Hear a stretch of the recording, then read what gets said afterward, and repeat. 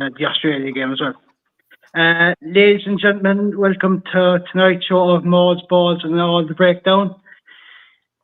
Most of you know our usual two Monday night lads, Matt Boland and good old Len. We're also joined as well by Justin Fitzpatrick. Evening up. Some of you know him from as an ex-Ulster and Ireland player, but he's currently presenting the Business End podcast with Fitz and Moo, as it's called. So might be worth to check out for anyone in that side of things anyway. Lads, I suppose we'll kick it straight off. Matt, I'll come to you first and get your thoughts on this one. Ireland 41, Ireland 10. What are your thoughts on that match? Well, look, I mean, it was good to get the win. You know, I suppose after the defeat to New Zealand in Chicago, they wanted to kick off the Quilter Nations with a win, and they did just that. I think overall it was a good showing by the lads. I can't really put any of them down in their performance. They all played well, but there was a few little things that didn't go so well. I mean, the line-out was poor again, and we just need to get that under wraps ASAP, or we could be in difficulty in the next 2 weeks. But look, Jack Crowley, his work rate off the ball is actually phenomenal. I think it was his first try. In the lead up to that, you could see him tracking, and he tracked from the right-hand side of the pitch all the way over and got that try. And I think that's one of the reasons Jack Crowley is being picked over Sam Prendergast. Now, in saying that, when Prendergast came on, he looked quite well, you know, and there wasn't any sort of animosity between the two of them. They seem to play well when they're coming on for each other and vice versa. But there was a couple of little sleek passes that Prendergast had, and just great to see Jack Crowley getting the shout in. But yeah, I think his work rate off the ball is class. And you know, Tommy O'Brien, man of the match, he was phenomenal. He is like a live wire. He's so pacey, and that's the kind of guys we need on our wings, them pacey lads. Because we've said this before, like you look at South Africa, and we all everybody's comparing themselves to South Africa because they are 4-time world champions. They are the best in the world at the moment. And when you've got like them guys that they have, like Grant Williams, Chelsea and Colby, they're unbelievably fast. And I think some of our guys would be lacking a little bit of pace, but when you see guys like Tommy O'Brien burning it down the wing, you're kind of going, that's the guy we kind of need on the wing. I have to say, Japan, their tempo and their pace was unbelievable, and they stretched us at times. And you know, they were good in defense. Their discipline was quite good. But as the game went on, second half kicked. I think Ireland started the second half. Their intent was there. They looked good. They were comfortable. Delighted with Tom Farrell for his first cap. I think that was a well-deserved first cap. He looked good playing. Didn't think I was actually hoping he'd score a try on his debut because he'd been just banging him in left, right, and centre for Munster. But a great run out for him, and I'd actually love to see him again get another shout, whether it's starting or off the bench against either Australia or South Africa. I think it'd be phenomenal. But yeah, look, you know, other than that, can't complain. It's a great start to the Quilter Nations, and we can only get better. Just a comment here by Bev here anyway. Evening all. Hope you're all well. Good to see you on here again, Justin. Thank you, Bev. That's nicely linked in there, Justin, because I'd love to get our thoughts on the Ireland-Japan match from Saturday. Yeah, absolutely. Really can't disagree with what Matt said there. I was pretty happy with it. It's potential banana skin, not necessarily to lose. I think we've got a little bit too much quality, but they are a good side. They're very well coached. They play with a lot of tempo. Perhaps lack some of the physicality that we take for granted. But when you sort of look at it with several changes to the squad coming off a loss with a tough travel week, with the different time zones, that sort of cocks up the start of the week with sleep patterns and so on and so forth. I thought overall it was very positive. I was a good bit to take out of it. I thought the 9 and 10 combination were good. I was really happy to see Doris back starting. I thought he had a really strong game. It was great to see Jacob Stockdale back out on the pitch again. So overall, I thought it was a decent performance, a good win, something that we can build on. And looking ahead to 2027 and the World Cup, it's opportunities like this, for fringe players, younger players, on the bubble players to get back into, get some game time and build that depth that we're 100% going to need as we go into the World Cup. Yeah. Len, I'll ask you on this one. What are your thoughts on the Ireland-Japan game from the weekend? Yeah, look, I was delighted with the win, but I wouldn't say it was our most convincing performance, in all fairness. Actually, do you know the thing that bugged me most about that game? The fact it was 12:40 in the day. Jesus, terrible time for an international. It really is. It's a good time to start with 2 pints in the morning. Yeah, I would have thought you would have loved that. You could start drinking early. Yeah, but you see, you can't. You have spousal and parental responsibilities here, Matt. And, the kids are fucking in and out. And there's, matches and training. And like, you know that scene in Basic Instinct where Sharon Stone crosses her legs? That was the game on Saturday. Pause, rewind, pause, rewind, pause. It drove me nuts.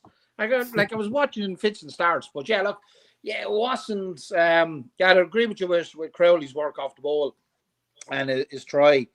There was some good combinations. Again with Tom Farr, it would have been real fairy tale stuff for him to for a try. That didn't happen. Look, we struggled in the first half.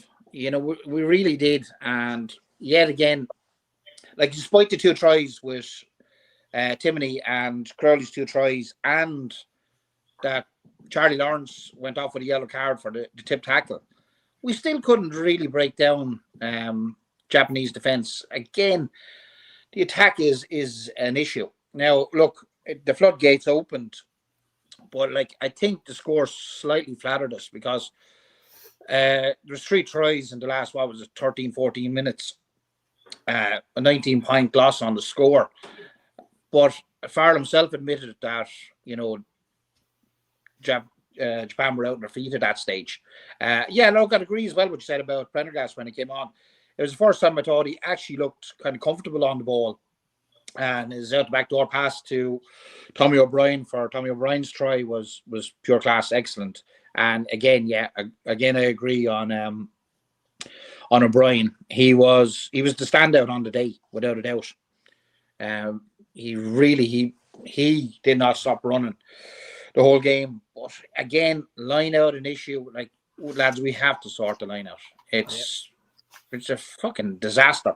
I mean, we had one where we did get a try off and we actually managed to maul over. But there was another thing. The Japan try came from a maul. You don't really expect Japan to maul over against Ireland. You really don't. Of all the I was expecting something flashy from Japan because they do. They have pacey players. They're full of running. But from the try that he actually got to be a maul, I don't think Easterby is going to be too happy with that. Look, that was about it. But I was just looking, actually, I don't even have them in front of me there. There were some stats. I haven't a clue where they are. Oh, yeah. I actually have them here. Yeah. We had 10 line breaks, right? No. I actually had to write this down because I came across it during the week. We had 10 line breaks, right? Which was about 10 more than we had against the All Blacks, right? But we had 26 missed tackles. And what we had 7 offloads compared to Japan's 16. So it wasn't all roses. We got the win, but I do think we'll have enough for Australia. But we have the box coming down the line, and we really need to get things sorted. I was interested in the point that you made there, Justin, about the the time difference and coming back from the States, that actually hadn't occurred to me. So yeah, that is, I suppose, it is a factor. Just actually out of curiosity, here's a question. Just you might be able to answer for me. When you were playing, especially the internationals, did you prefer a morning game or an evening game? And was there much difference, we'll say, in the preparation between the two? I personally always preferred evening games. Once you got into them, when I started playing, everything was 2:30 in the afternoon. But when it got to Ulster, they moved things to a Friday night, and I love that under lights. It's a much more relaxed day building up to the game. I personally like that, but it's not a big deal either way, I don't think.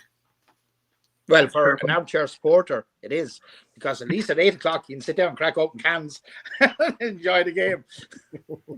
That's all you're concerned about, isn't it? That's all you're concerned about, cracking open a few cans, and that's it. I like to enjoy your rugby in peace, Danny. Oh God, there's actually a good comment here by Mark Noonan. It's a subject I want to get your opinions on as well. Line-out improved and everything else improved with it. Line-out is a major issue. If we can't secure our own set piece, we won't be beat the top teams. Len, considering the amount of line-outs that are missed, what do you think needs to happen with the line-out coaching this week? Len? Danny, I actually don't know, because there's greater minds than mine working on it. Farrell alluded to it, and there is a bit of pressure, and it is becoming obvious. I would just wish they sorted. Now, I do know that one of the lads in post-match interview said there was a problem. They couldn't hear the calls in the stadium. But the atmosphere wasn't exactly rocking in the Aviva, that you couldn't hear the calls. I don't know. Did you ever have that issue, Justin, that you couldn't hear the calls? Not so much. No, I mean there are places where it's too loud to hear it, but you have systems in place, where you huddle up, or as you're walking in, your front of the line out prop runs to the hooker, is given it, what the call is, you get in.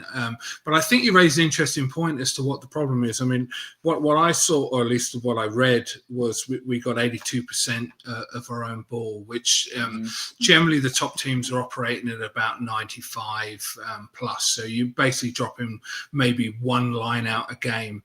But I wonder whether it is our calling as opposed to our coaching that is the issue. We've gone from, over the last sort of 20 years, having some really, really world-class callers, literally one after the other, and that's not to be negative to anyone that's calling it currently, because we've got a fabulous pack. We've got a world-class pack, in my opinion, as we showed over the summer with the Lions. But have we got a world-class caller, someone who's really autistic in the level of detail and understanding of laying traps, picking the right movements, etc. I don't know the answer to that, but I've been pondering it. There's obviously been a lot written about it over the last few weeks with the line out, and I think that's something that perhaps needs to think about, and that's a harder problem to solve than a coaching one. Because you're either that way or you're not, right? Yeah. And if you're not doing that week in, week out with your provincial team, that's a hard fix. Yeah. Would you think the fact that we've lost, through return, we've lost Peter O'Mahony, so we've less options in the line then as well? That doesn't comfort. For sure, that certainly doesn't help the situation. Maybe it's a combination between the two of them, and obviously we mixed up the team a little bit, different combinations. We've had a number of guys retire over the last sort of last couple of seasons. So to a certain degree, problems somewhere off the back of that's going to happen, and we've got excellent coaches. So, I'm optimistic about what happens between now and 2027. And obviously, look, we're talking about what's going to happen against Australia next week and the Springboks the week after. But really, what are these games for? Yes, we want to win. Yes, we want to be enthusiastic, but we also, we want to fulfill our potential, I would argue, and get past the quarterfinals, which has eluded us over the last wee while. Well, funny you should say that, because our A team, the line out was immaculate. So, but we have that coming true. I can understand what you're saying about the likes, we'll say, of the Millennium Stadium with the roof closed, not being able to hear the calls. But as you said, the guys have ways of working around it. You said walking up to the line out and they're discussing calls between them. So I do think that statement was probably a little bit of a cop-out. Thanks for the input, because we're getting from a professional point of view. I have a couple of questions there for Justin as well. Like, now, look, don't get me wrong, I'm no line-out expert whatsoever. I was a back. So, first of all, straight away, right? But is it a case, do you think, with the likes of a Mahoney gone, he was a proper line-out caller, right? Is it a case that we maybe have 2 or 3 guys that are doing it right now? We don't have a specific guy to actually, like you said, be that autistic and get it right every time.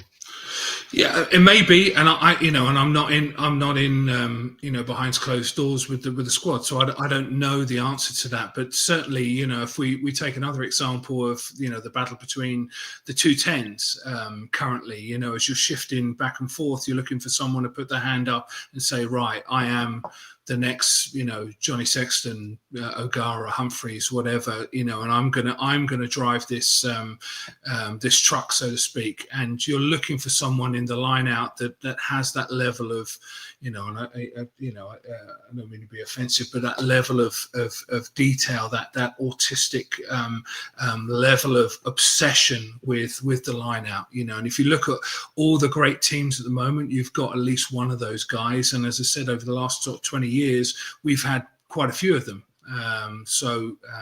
You need that, in my opinion. Yeah, and just on the fact that the lads were saying that the lawns were the calls were being disrupted by the sound and all that sort of stuff.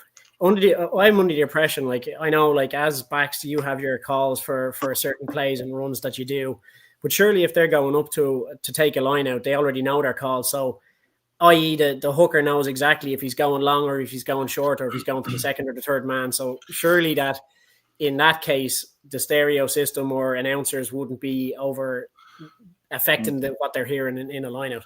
Yeah, and I would assume, and I don't know, but I would assume that there's a number of bailout calls that, because as you're making that call, the picture that you're seeing, and that's where it comes down to this level of detail and this obsession by your lineout caller and others. Hopefully the best teams have some, at least a couple of really, really great line-out callers, and perhaps we do. Perhaps I'm getting the wrong end of the stick here, but that seems, with the personnel that's changed over the last wee while, as we just talked about, that seems to be the most logical explanation. There are ways around it, hound calls, different bailouts, etc. And I'm sure we'll get it, and we'll need to get it if we're going to be successful over the next 18 months. Yeah. Sorry, Danny. Just one more thing, right? I know you're trying to move on, but just like, you made a really excellent point, and I reckon a lot of the people that are watching and kind of commenting on the line out and how bad it is, that excellent point of that bailout is, like, we don't necessarily think of that, because I suppose they are so meticulous in their call and their structure of what they want to achieve on a line out, that if they see a player doing on the opposing team doing something else, they go, okay, we need to change this quickly to counteract that. So that's where I suppose, if in that case, then it could be a major factor then. Absolutely, and it's that level of detail and obsession that and I think for it to be in that sort of 95% plus ratio against your tier one teams, you need 2-3 more guys that that really pick up on the cues. Is the opposition guy half a step in front of me? Is he loaded up on his toes or his heel?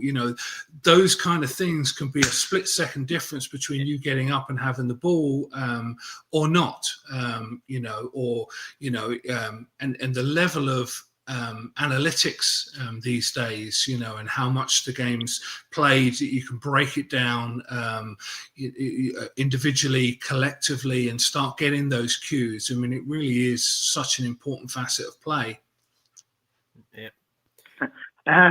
Matt, I'll come to you on this comment here by Gregor Galway. Should Ryan Baird keep doing the lie-down calling for Ireland?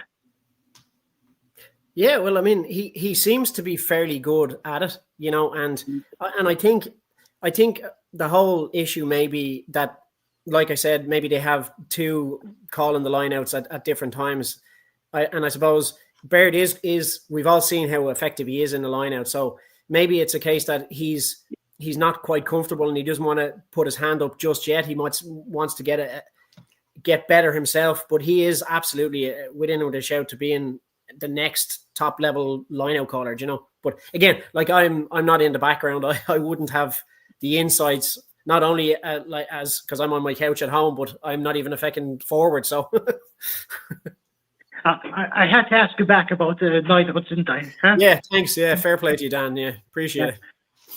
I actually come to you touching this one now as well in a minute, Justin. But there's a comment here from Joe Lyons, and he mentions very well about what you're making there about the lineouts being disrupted and stuff. It's just hard to judge the lineout with the All Blacks have an excellent disruptive lineout. What is apparent is that all of the top teams are struggling with officials calling the lineout also. Pom is a massive loss to continuity, but Braid is getting there, but Pom is missed. Do you think Ryan Baird is kind of filling O'Mahony's shoes in ways, or his boots in ways maybe in the lineout for calling it? Well, I think it's only natural, and I use the example of the fly halves, right? And you could extrapolate this out to any position that's close and you're competing with. When you do step into big shoes, it takes a while to settle. And we have an excellent panel of coaches, working with Andy Farrell, so they'll know much better than we do. Who they've got confidence is, who's put in the work in, who looks good on the training park, and it's just about sticking with those combinations if they're happy with them, and giving them an opportunity to flourish and embed themselves. And again, not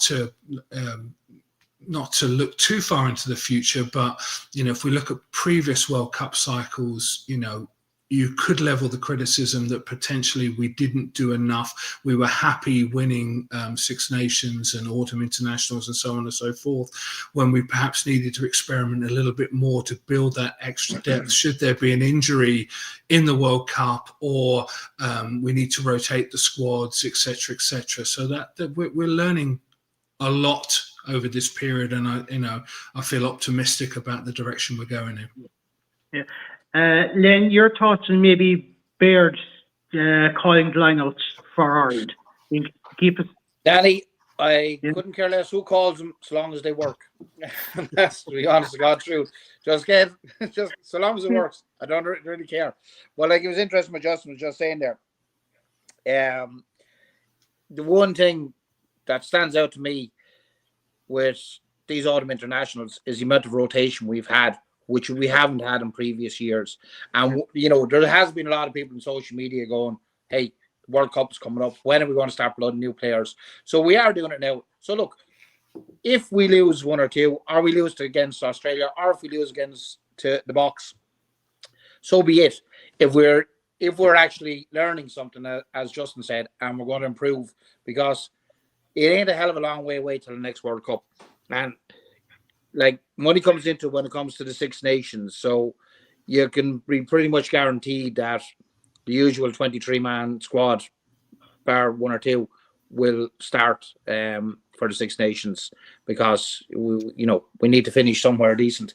So look, rotation is good. Let him work on it.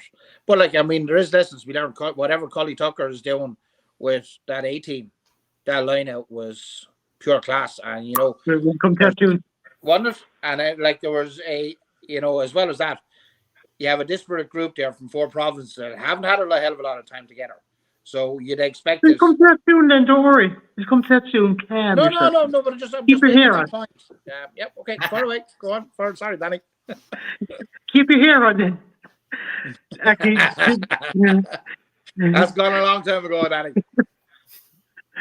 You actually kind of answered the question in a way. Is Andy Farrell being too conservative regarding selection? I did. But concerning Peter Burke asked, is Andy Farrell too conservative regarding selection? I think when you said there about the rotation and stuff like that, you answered that nicely. Oh God! But Matt, what do you think about Andy Farrell regarding his selection? Do you think he's too conservative, or do you think he's making changes now? Look, I mean, as Len had said, we have a bit of rotation going on right now, and we all know the cash cow that's involved in the Six Nations, and when you win top, you get the maximum amount possible, and the further you drop down in that Six Nations rankings, that's when you start to lose a good bit of money. And for the last kind of good few years, we've been right up at the top, finishing top more than we haven't, And I think last year coming third was a major cash hit. And I think, as Len alluded to, I think you will see kind of the majority of the main 23 playing in the Six Nations. But you look now in the autumn internationals, whatever you want to call it, the Quilter Nation series or whatever, and summer tours, that's when they need to really start kind of blooding players. And even with the Ireland 15 or the Ireland Wolfhounds, as it has been in the past, they need to keep that going, because that actually gives the fringe players that might necessarily make they might make the training squad for big games, but they mightn't necessarily make the match 23. But it's important for them guys to be playing sort of games like this, because it's invaluable that the experience that they're getting from them little tests going on here and there. And even the younger team that went down to South Africa there, when was it last year or last year? I think, yeah. Yeah, they did it concurrently with the Ireland team playing the 2 tests against the Box. So things like that need to be happening regularly, I think. But we're seeing that anyway. Yeah. But even just on that, Matt, there's Osborne gone, right? Yeah. For the next 2 games. And Keenan is out. Yeah. Mac has been called back in, and Darren Murray. I presume Mac is coming in if he's fit at 15. Mac is not. But Mac, look, Mac's a good winger, but he's not. I wouldn't be a huge fan of him at 15. Why not call up Larry? Larry or Balakoon? That'd be the other two. Yeah. Well, look, I've said this a number of the last couple of shows. Balakoon is an unbelievable winger, but I would love to see him at 15. He played a little at 15. He has played at 15. I would love to see Balakoon at 15. I would love to see. But Mac is their best. Mac's had no game time for a while. So for me, the obvious choice, the inform, the next one down the line that's in form is Larry. Larry's definitely in form.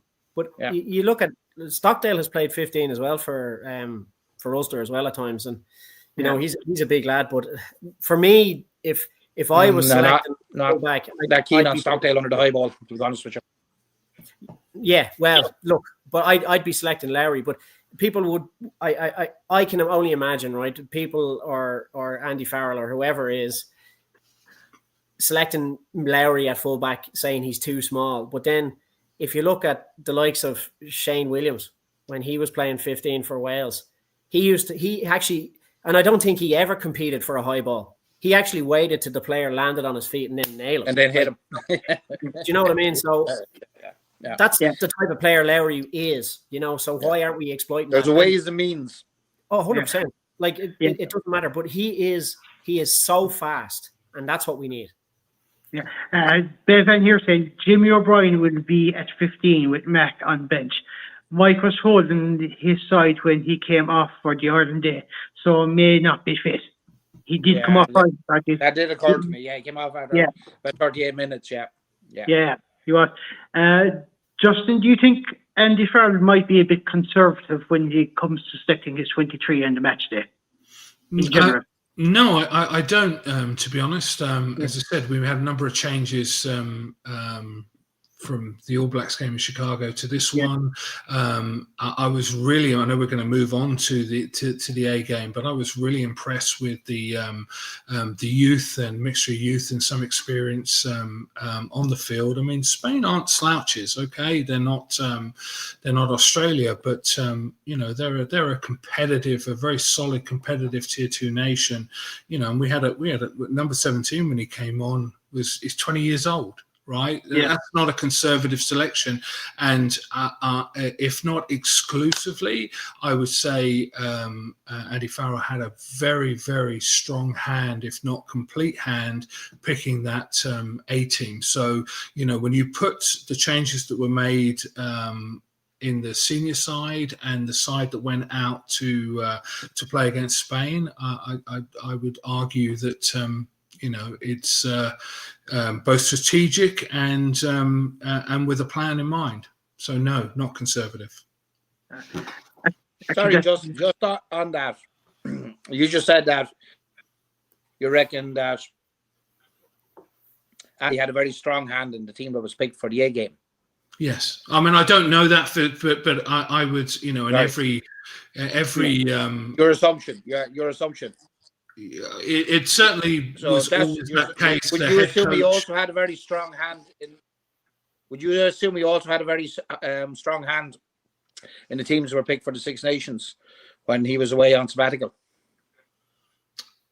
I would, yes, yeah. They're like,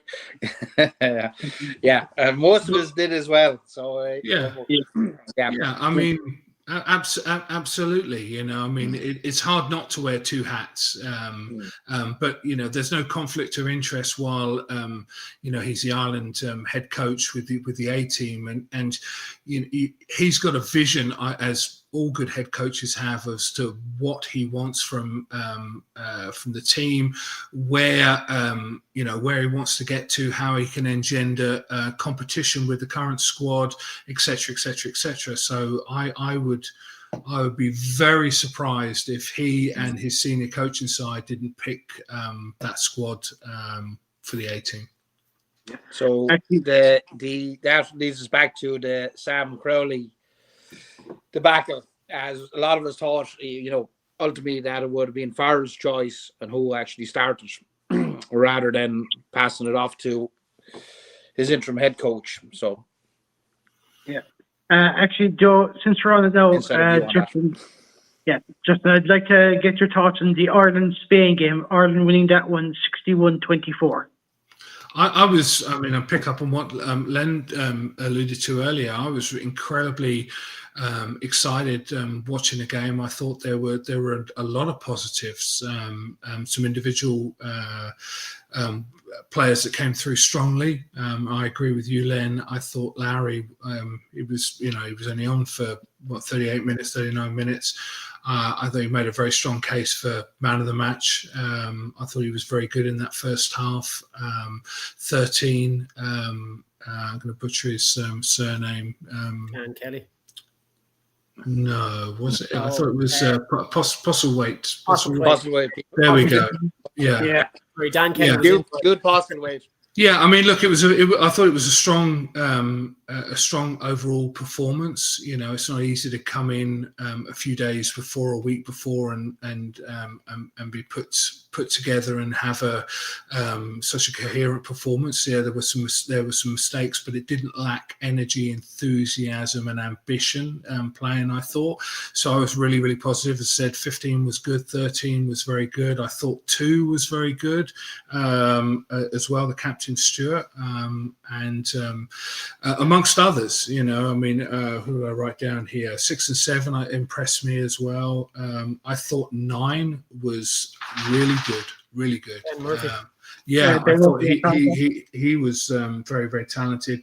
10 was good as well. I mean, his goal kicking was exceptional, but his positioning and organisation I thought were top draw. So yeah, look, I mean, really, really positive. Now take cognizance. Spain's not Japan or Australia, but still, quite a young group there. As I highlighted, the 17, the young prop, and I won't try and pronounce his surname, but I thought he came on and had. There we go. I thought he came on and had a strong performance at 20, I'll certainly be keeping an eye on him in the future. I think he's got a really, really bright future ahead of him. That's an older, experienced front row with Spanish front row with a lot of guys that have played in the French various divisions, and he came in, held his own, and was lively and looked to the manner born. Yeah. Lynn, your thoughts on the Ireland A Spain game? I agree completely with Justin. Power, precision, full of running, will. It was just brilliant to see. It was really, really enjoyed it. Again, bugbear, a fucking American commentator, mother of God. It was also just. Rob Balakoon was being pronounced as Rob. What was he calling him? Rob? No, Balucon. I was going. Yeah. Darren Murphy was DeRay Murphy. I was going, just stop. I'll never, ever, ever complain about Austin Healy commentating on a game again. That's it. End of story. I listened to Austin all day after that guy. He just wrecked my head. But look, it was a different ball game. Yeah. To the senior team, even though technically it's the same ball game. But you know what I mean. Yeah. It was. We had 3 yellow cards in that game, and we still gave them a spanking. And look, just not forget, Spain are only one behind. They're only just behind Japan and rankings. So as Justin said, there are no slouches. I said down that day. Yeah, again, I agree. Jude Postlewaite was he was immense. Balakoon was fantastic. Harry Byrne, let me get the words out there, Danny. Harry Byrne, his renaissance since he went away and spent that short spell in Bristol. We've been talking about this a lot. But he's just unbelievable. Like, he's a different man since he came back. He was struggling. Look, there was a stage there at Leinster where he was absolutely, he was way down the pecking order. Obviously, that's why he went away. But he got a couple of chances for Ireland as well. And at the time, I would have said Harry Byrne should be nowhere near an Ireland shirt. Just shouldn't have been. I'd have my doubts now because Harry Byrne is absolutely hands up, is holding his hand up for a selection. 9 conversions, he only missed 1 of them. And there were some of those were out on the touchline. And they weren't all gimmies. So yeah, brilliant to see. And Collie Tucker, he deserves huge credit for what he's done with that team. Absolutely. Yeah. Funny enough, the one conversion Byrne did miss actually came off the upright. He was that close. If it had been maybe a couple of a foot more to the right hand side or whatever, he'd have made that kick. But the fact it came off the upright shows how close he was. Yeah. Matt, before I come to you, there's a comment here by Peter. I think Len just debunked his comment by saying, stop, Spain is good for cheap beer, football and sunshine. Rugby isn't in their DNA. No, they've made the World Cup twice in 19 and 23, but got disqualified twice as well for feeding an ineligible player in the warm-ups in both of those situations. Oh, yeah, I remember that. Yeah, but the fact that they have a lot of players in France, I think it shows how good they are. But Matt, your thoughts on the Ireland A Spain game? Yeah, well, look, I mean, I'm not going to really add much more than what the lads have said previous. 9 tries, Harry Byrne with 8 conversions. I think Harry Byrne played fantastic. And as Len had said, we have talked about this before, and we have both been very complimentary of Harry Byrne playing for the Leinster at the start of this season. Coming back from Bristol Bears, his time in Bristol Bears has definitely massively improved his performance and his capabilities on the pitch. And, if ever either Jack Crowley or Sam Prendergast fall out of favor, he'll be straight in. Do you know what I mean? And he's that guy now that's going to be putting the pressure on them if he keeps performing the way he does. But like the lads have said, Mike Lowry, 38 minutes, he was actually phenomenal, and he is just so pacey and so quick, and he's that type of player that we need. One of them speedsters that's going to get the ball and run past 3 or 4 tackles in a split second. You know what I mean? And like that again, Balakoon's pace from standing still is unbelievable. He goes from like a standstill to full throttle in I don't know. I've unbelievable. He's so quick. He's very, very quick. I was impressed with Mill, O'Toole, and Soroka in the forwards, and Evan O'Connell played really well as well. And then when the subs came on, Usanoff, Wilson, and Ford, I'd marked them down. I thought the line out was absolutely excellent. It really was. I think they only missed maybe one line out of 18 or 17 or whatever. Absolutely fantastic. I thought the scrum was poor, and I thought their discipline lacked a little bit, obviously with the 3 yellow cards. But other than that, very effective attack. I mean, they had 12 line breaks. That was more than Ireland had against Japan, or equaled Ireland against Japan, and something like 364 post contact meters made. Absolutely unreal. So, and as Justin had said, that's a young team. You know, if I would say the combined age or the average age of that team is probably 23, 24.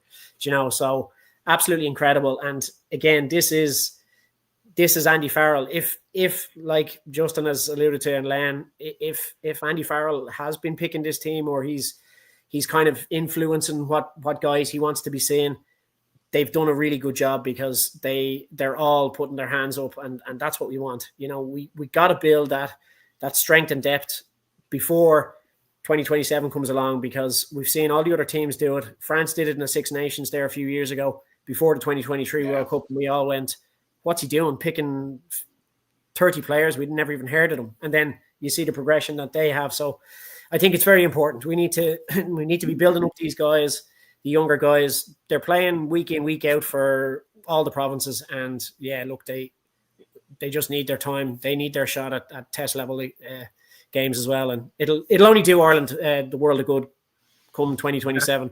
Because the aim is, as Justin said, sorry, go on. I'd say and then you process it. I think is am I dipping out or you dipping out? So I'm no, caught in between. Yeah. It is me, is it? Yeah. The problem here is there isn't enough A games, and it's not. The problem is these lads go out and they have, you know, they score 9 tries, and then they're left languish, and you know, 1 or 2 might be called up. Like Darren Murphy now has been called up to the senior squad. But that ain't good enough. These guys need to be playing international rugby, even if it is, you know, the tier 2 teams on a more regular basis. That is an issue. Yeah. Now, Len, since you brought it up there, here's a question for you. Mm-hmm. Ireland said Spain was the second Ireland A game this year. The other one was against England earlier on this year. England, I think, have played, is it 5 or 6 A games this year so far? Should Ireland be playing more or less the same amount of games with their A squad to build for the World Cup? What do you think? Absolutely. And I can't understand why, come to 6 Nations, I don't know why World Rugby doesn't have an A-team tournament at the same time. And I've actually said before, whereas we'll say Ireland are playing England in we'll just say Twickenham, right? Why there isn't an undercard of the Ireland A and the England A on the same day, and people get value for money and go into the stadium and come in early and watch 2 games, right? And replicate that all across the 6 Nations. So all of the teams involved in the 6 Nations are getting to play their A teams and get time under the belt. To me, it's a no-brainer. But like, I'm sure at the end of the day, it all comes down to money. Yeah. Everything does. Justin, would you like to see the Ireland A squad being used more often? 100%.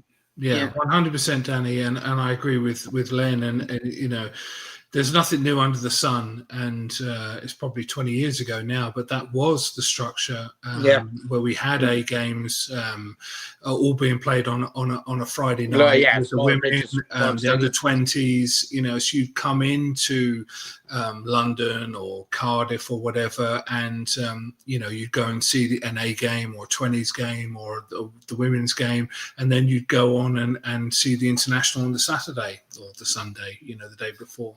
So I think it was a huge part of developing a lot of players back then, and it got cut because of, you know, cash was my understanding at the time, you know. So I'd love to see that come back. I think that's the most effective structure. I think slotting them in outside of the test windows becomes problematic because you've got to take them out of provincial league games. Exactly. So I'd be all for it, and I think we'd get a lot of value as. You know, I think, you know, England are at the moment, you know, they're seeing a lot of their young bucks put their head above the parapet because they're gaining confidence. They're having an ability to show in a different environment and step forward to put their hand up for the senior side. So, yeah, I'd be all about it.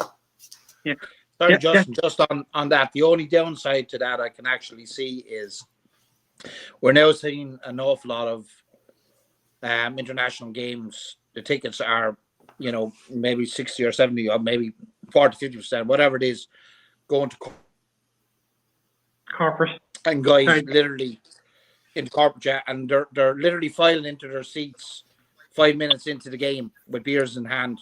So the chances of those guys turning up early for an A game is zero. So you know, you'll have families, friends, whatever. And again, it's going to be very, very hard for the true fans to actually get a ticket to go see the A game. That is my only. Unless you put in Musgrave Park, the RDS Sports. Well, as Justin said, that's what used to happen. It was it. Yeah, they were in a smaller stadium. Yeah, the day before.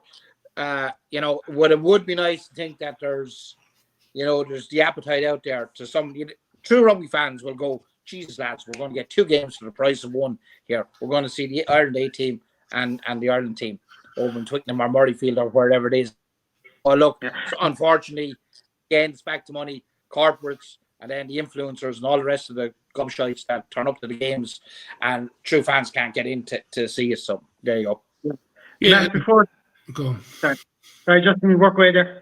No, I was just going to say, I mean, I again, you know, maybe it's because I'm a certain age, but, you know, I thought it was brilliant, the games on the Friday night, smaller stadiums, that you get a packed Donnybrook back in the day, Ravenhill, you know, for home island games, A games, you know, and they were very popular. And I think that's another opportunity to counteract what you're mentioning there, Len, and grow the game a little bit more. Get you know, it's a cheaper ticket. You're still going to get a quality fixture. I mean, as we were treated to with the Spain game, that was a very, very entertaining game, and I wasn't really sure. You know, as I sat down to watch it, what we were going to get, but you know, I'd pay money to go and see those guys play again. You know, and imagine, you know, you throw into that mix, you know, them playing a Scotland or an Ireland or a Wales or a France, say, you know, on a Friday night before the Six Nations. For me, I'm excited about that. So yeah, I'd love to see that come back. Yeah, it'd be great. Matt, before I come to you, I've one thing to say to you, Justin. I wrote an article about a year or two ago for this page here up this, and I was basically saying that the Irish you should treat the Ireland Day like New Zealand treat something like New Zealand used the New Zealand Maori, and promote it in such a way that you can go to different countries, because there's so much Irish diaspora, maybe original first or second generation, that it'd be a good way to connect that you're going to the States or Canada or Australia for A games or whatever, to get people going there to those games. Do you think that it should be promoted something similar to that? It's like the start of the future, or something like that, for ways of maybe Irish sport to connect? with the Or like the team Mary All Blacks come to play Munster along those lines. Yeah, something like that. Yeah, let's say you could go to, let's say, play local clubs or maybe second-tier teams in, like, let's say, Spain, Portugal, Georgia. Do you think it should be promoted, something like that, Justin? Absolutely, and again, show my age here, but I'm of an age that I went on one of those tours. We went down to New Zealand and Western Samoa, and had a tough time of it. But it certainly cut the wheat from the chaff in terms of players that came back. And you learn a lot about individuals and players when they are on tour, and it gets them. It gets them better prepared, in my opinion, for to get promoted up if they're good enough to go to a World Cup, to go on a senior summer tour, and again, and the point we've got on the comment there from Mark about funding, I mean that's a realistic issue and problem. My memory, if I'm not incorrect, was I think it was Wales pulled it first for regarding funding, and then maybe Scotland followed, and then it just wasn't seen. But even if you're getting 2 or 3 fixtures, and again, if England seem to be going back down this route, even that's an extra fixture. I think that would be a great fixture. I'm sure, given the opportunity, the French should probably get involved. They're not shy of a few euros, so that's another 2 fixtures you can get, and maybe you're right. Maybe a summer tour, and we've seen Simon Easterby take sides down to South Africa and play down there, and I'm quite positive that's been very positive for the players that went, blood in coaches, etc., etc. So I mean, obviously money's an important factor, but if it's possible, I think we should be doing that. I think we'd be foolish not to. Yeah, Matt, I'll come to you just for, I'll read Joe Lyons' comments first. Bring the games to outside Dublin, slash price of tickets, offer family packages and fill the stadia. Do what England did for the women's game. Getting bums on seats is a great way of building and growing the game. So could you do that with the A team as well, just to get people in? Just young players, stuff like that. Absolutely. It doesn't have to. It doesn't have to be like it doesn't have to be a double header in Aviva, because I don't know if that would logistically work with a Six Nations game. Probably not. Probably not. Definitely, like we've got plenty of stadiums outside of Dublin that we could fill, and even ones in Dublin. Like you've got like the likes of Donnybrook and the RDS there. Well, obviously been built, but you know what I mean. But in terms of like the Irish 15, I don't think they can be playing enough games. Albeit in protocols with what they're allowed to play per year. But look at the options that they have. They could do a Lions tour type tour to Australia and go and play the Australian National League games, or the National Rugby game, whatever their league is down there. Australia. You could go down to South Africa and do a tour like New Zealand are going to be doing now. Instead of doing the championship every second year, they're going to go to South Africa. You could go to South America and play Chile, Brazil, Argentina, or there's loads of options, and like that down to New Zealand and play a load of the Chiefs, Hurricanes, and all them type of guys, and then maybe do play a New Zealand 15 or a Maori all team. Like there's loads of options, and it just needs to be thought through. And definitely, I don't think we're doing enough in that terms. We're doing maybe 1 or 2, and it's good, but everything can be better, and if the thoughts process is there involved, even within Europe, I mean, like you said, Danny, already, Spain, Portugal, Georgia, there's plenty of options, so definitely it needs to be thought. We're not going to solve the issue, but I think we definitely know that they need to do something, and that's probably what they should be looking at. But Matt, talking about the issue helps solve the issue in a way. It gets it out there. Yeah. Oh, look, absolutely. And we know we're watched, and if somebody's looking at this and going, "Geez, yeah, that's maybe not a bad point." Like I'll bring that to whoever, and things snowball from the smallest ideas. Do you know what I mean? So look, I would love to see it. I'd love to see like a touring team down to say New Zealand and play the likes of the Stormers and the Lions, and then maybe play a box selection or something like that, or wherever, Australia, New Zealand, South Africa, South America. Just on your point earlier on about the A international, Scotland and Wales did pull the plug, but I think it was Wales that pulled it first. Then Scotland kind of followed suit, and they had the Six Nations A championship. But when they pulled, the entire thing collapsed. So I think that was finished up around your international career somewhere out in the early 2000s, I think, as well. For sure. I'm very sad that it happened. But again, even if they're not prepared to come back, I mean, I think there's an opportunity. Or something we haven't discussed is, which I thought was very positive at the time, was the Churchill Cup, which was another 2, 3, 4 week, I can't remember exactly, period of games where, us, the English, were taking over 8 teams to North America, playing the Canadians, playing the US. That was very positive, and there were a lot, in my opinion, a lot of young talent came through that operation. There's a number of different ways you could do this. Yeah, funny enough, Justin, we mentioned that last week on the show. That you had players like Jonathan Sexton, Keith Earls, I think you had Mike Ross, Devon Toner, Donald Carroy. That's just 5 lads off the top of my head that came through that A squad from the Churchill Cup over the years. So it does produce players and gives them that standpoint forward, and that's why I'm always such a fan of it. And that's why I'm always kind of hoping we get more A games on them. But lads, I suppose we'll move on because we're enough the hour mark.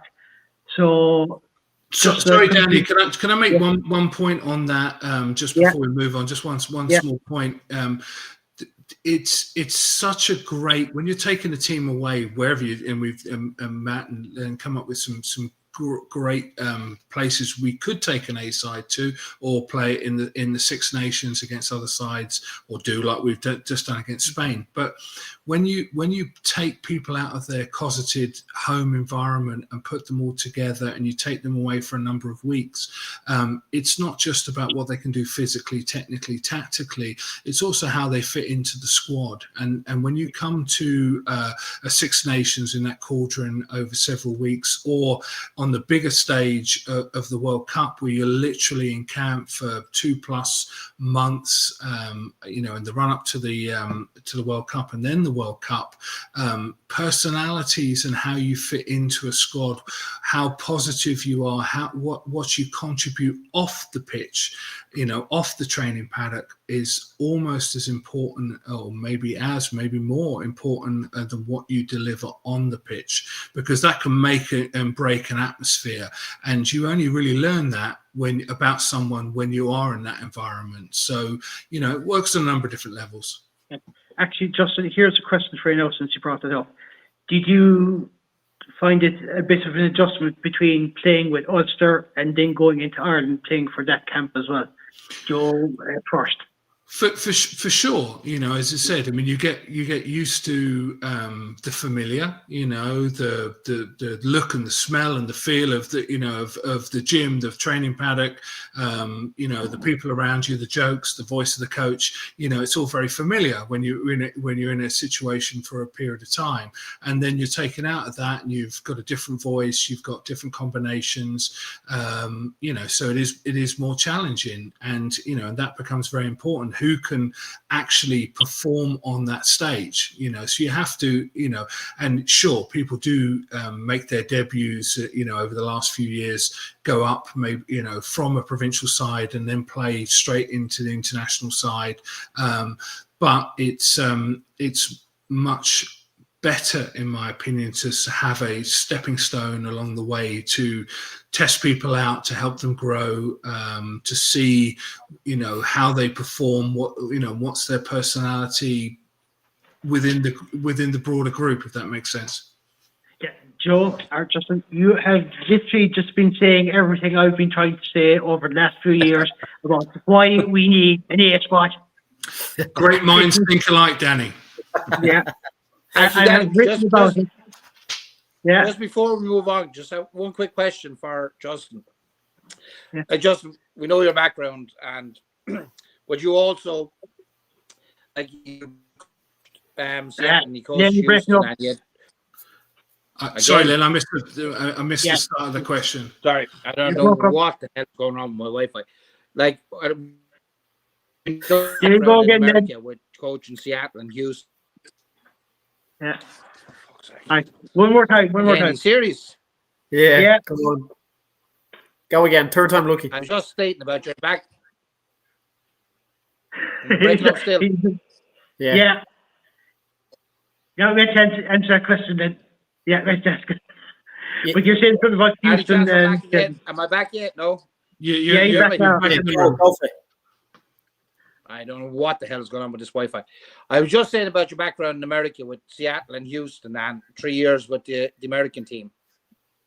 And you saw the debacle in Soldier Field, the state of the pitch, the big screen's not working, the ref's mic not working, right? And that was supposed to promote the game in America. We have the 2031 World Cup coming up in America, right? They're hosting it.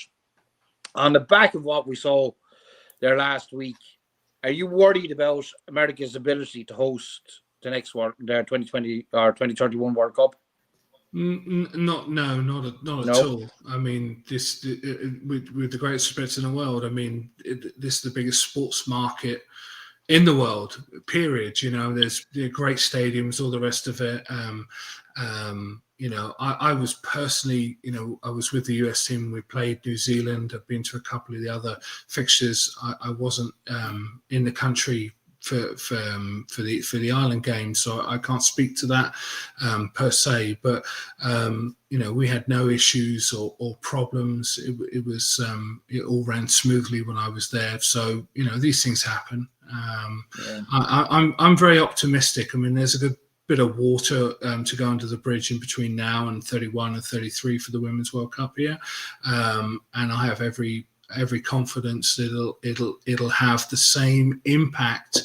I think, and maybe I'm being overly optimistic, that the '94 Soccer World Cup had on soccer over here, which I think is going to be game changing for you know, over the next 20 plus years of rugby, in the world of rugby, so to speak. But the US, they're co-hosting the FIFA World Cup as well with Canada and Mexico before them as well. So, they do have two pretty big events to be dealing with now in a short enough period of time. Yeah. So it'd be time to get all that sorted as well. Justin, I'll come to you first. Your thoughts on how Ireland and Australia will do this Saturday? Strangely, going into it, I thought I expected a little bit more from Australia after the heroics of the Lions tour, and I thought there was questions how good they were, and we saw how good they were against the Lions, and then they backed that up and had a decent championship run. I was a bit underwhelmed when they played England, and you know, to lose to Italy. I haven't seen that game yet, so I can't speak to it specifically. But the result, you have to watch that. It's a cracking game. Okay, all right, I'll do that. But you know, the result I was very surprised with. So. You know, did they become bad overnight? No. I'd be fearful of a backlash. I do think some of the guys that have stayed at home, the like a Skelton with La Rochelle, for example, makes a big difference to that group, as we saw during the Lions Test matches. But you know, all that said and done, I think we'll win handily. Would be my prediction. Len, Ireland, Australia, the weekend, how do you see that one going? Yeah, look, I have a feeling we're going to win this one. Yeah, look, it's the next one I'm worried about, Matt, Ireland, Australia, how do you see that one going? Yeah, well, look, I'd be of the same opinion. Just watching Australia v England and Australia at Italy at the weekend, I wouldn't be overly concerned. If Ireland can sort out their line out even 50%, we'll be well on our way to to doing an absolute job. If it goes to shambles, I'd still reckon we would win by a score or two anyway, maybe 7 to 10 points. But you know, we will be fair. I'd say they will be lost to Italy, that they'll be coming back fighting. But I just, like as Justin said, when you're missing a guy like Will Skelton and what he can do at the breakdown is just, he's a massive loss, and that's only a positive for Ireland anyway. So, to be honest with you, lads, I'm not going to disagree with any of you. I think it'll be an Ireland win as well, maybe this weekend, but might be a lot tougher than expected. But I suppose we'll wrap it up there for tonight anyway. Yeah, we want a good, tough test, you know, because that'll lead us nicely into South Africa. Yeah, which you kind of need. Lads, I suppose we'll wrap it up there for tonight anyway. Len and Matt, thanks for your usual contributions. Justin, it's great to have you on the guest. And as a guest, I hope you consider joining us again at some stage in the future. So, pleasure. lads, thank you for the invite, Danny. Thanks a million, Justin. Just remember to plug the show there and Spotify as well. Before I forget that, before I do sign off, we do have our show on Spotify as well. Matt will be uploaded either later on tonight or tomorrow. Also, Justin, I'll stick a link to your podcast in that as well. So, thank you. But just before I forget, Friday night, 7 o'clock, is it, or 7:30, Matt? 7:30 kickoff. 7:30 kickoff. Friday night, Slappers Pub T4. Mauls, Balls and All will be live with Matt, Peter and Dara, and a very special guest of Brent Pope, the only man. Yeah. So tickets are still available on Eventbrite. If you just look at Eventbrite and type in Mauls, Balls and All, it'll pop straight up. Yeah. Now, lads, I'll say good night to you. We'll finish up the show, and I'll talk to you later. All right. Thanks a mil, Danny. Thank you. Thanks, Justin. Cheers, Danny. Cheers, Justin. Nice meeting you.